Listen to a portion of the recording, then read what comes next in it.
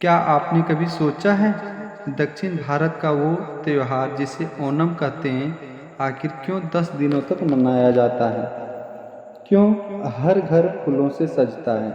और क्यों लोग मानते हैं कि इस दिन एक राजा धरती पर लौट कर आता है? यह सिर्फ एक उत्सव नहीं, यह है रहस्यों से भरा एक कहानी। एक ऐसे राजा की जो देवताओं से भी बड़ा बन गया था। बहुत समय पहले की बात है। केरल की धरती पर शासन करता था एक असुर राजा महाबली। पर यह कोई साधारण असुर नहीं था। कहा जाता है कि उसके राज्य में कोई भूखा नहीं रहता था, कोई दुखी नहीं रहता था। धन, फसल और सुख शांति सब कुछ उसकी प्रजा के पास था। लोग कहते थे, अगर स्वर्ग है तो वही महाबली के राज्य में है। लेकिन यहाँ से शुरू हुआ कहानी का मोड़। देवताओं को डर लगने लगा कि अगर महाबली यूं ही बढ़ता रहा तो स्वर्ग भी खाली हो जाएगा।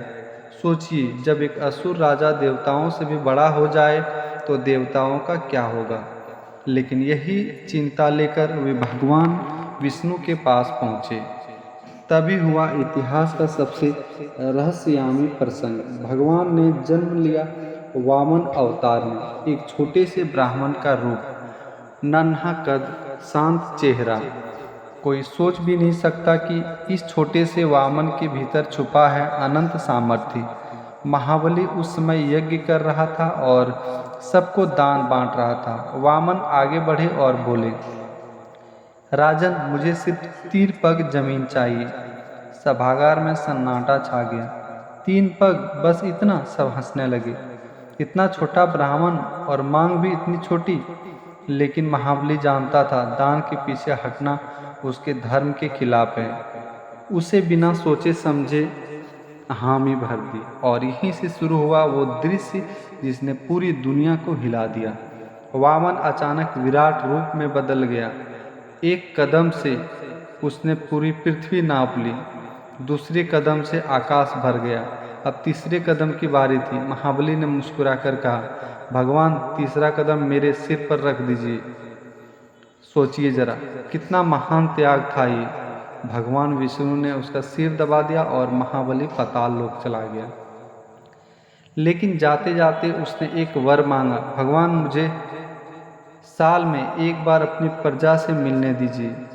भगवान विष्णु ने वरदान दे दिया और तभी से माना जाता है कि हर साल ओणम के समय राजा महाबली अपनी प्रजा से मिलने आते हैं।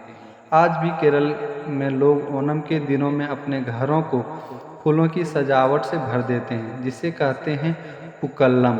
भव्य भोज तैयार होता है, ओणम साध्या, जिसमें केले के पत्तों पर 20 से भी ज़्यादा व्यंजन परोसे जाते हैं। नदियों का नाव की अद्भुत दौड़ होती है, वल्लम कली। लेकिन इन सब के पीछे छुपा है वह रहस्य। क्या सचमुच राजा महाबली हर साल धरती पर आते हैं या सिर्फ एक विश्वास है? और यही है ओणम का रहस्य, एक ऐसा पर्व जो हमें याद दिलाता है कि राजा सच्चा वही है जो अपने लोगों के दिलों में हमेशा जिंदा रहता है। हैप्पी ओणम।